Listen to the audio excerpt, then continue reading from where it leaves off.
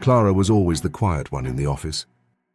She preferred to keep her head down and get her work done without making waves. Organized, efficient and polite, she was the kind of employee every manager loves.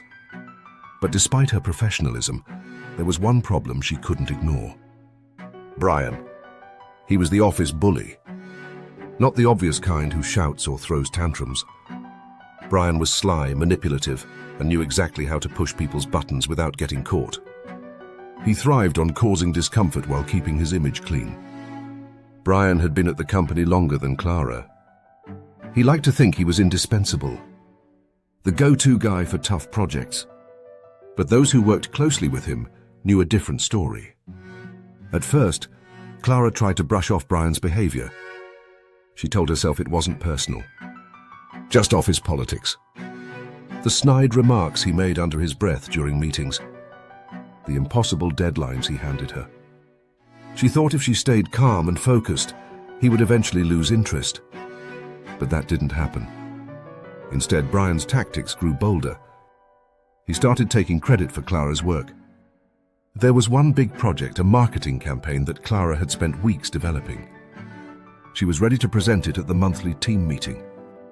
But as she walked in, Brian was already speaking. He described the campaign as his own idea, glossing over Clara's contributions. The room was silent. Clara felt a knot in her stomach. She was shocked, angry, but mostly powerless.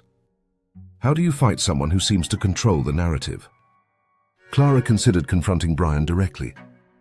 She imagined the scene, a heated argument, raised voices, office gossip. It was a risk, and one she wasn't sure she wanted to take. Instead, she decided to be patient. She watched Brian carefully. Not just his actions, but his weaknesses. Brian loved attention. He bragged constantly about his expertise with the new company software. He made sure everyone knew he was the tech guy. But in reality, Brian barely understood half the features. One evening, after everyone else had left the building, Clara stayed late. She sat at her desk and began working on something unusual. A document titled Brian's Special Report. She spent hours creating it. At first glance, it looked like a professional report. Graphs, charts, business jargon, all carefully crafted to appear legitimate. But inside, Clara hid something else. Funny comments written in the margins, silly images that would make anyone laugh, and obvious errors that no one who understood the software could miss. This was her masterpiece, her subtle, clever revenge. The next morning, Clara accidentally left the file in the shared drive folder Brian checked regularly. She felt a mix of excitement and nerves. Later that afternoon, during the department meeting, Brian sent out an email with the special report attached. He stood confidently in front of the team, ready to present what he claimed was his latest work. Everyone was curious. Brian began explaining the report. At first, people listened politely. Then, as they started to read the document themselves, confusion spread. Whispers turned to chuckles, and chuckles grew into laughter. The silly images, the ridiculous comments, and the glaring mistakes were impossible to miss. Brian's confident grin faded quickly. He tried to explain. "It was a draft," he stammered. But the damage was done. The boss wasn't amused. Brian was called into a private meeting. It was a serious talk about professionalism, honesty, and attention to detail.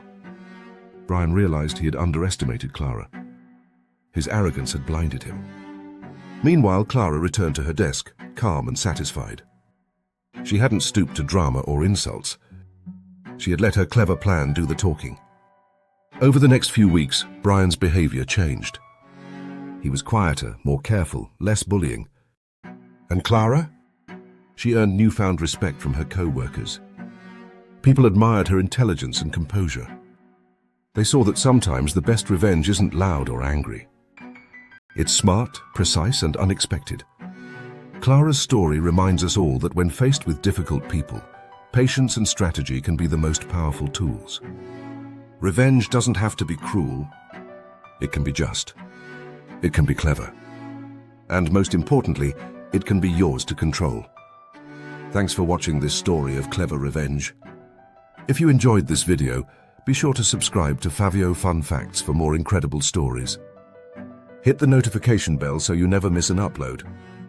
See you in the next video.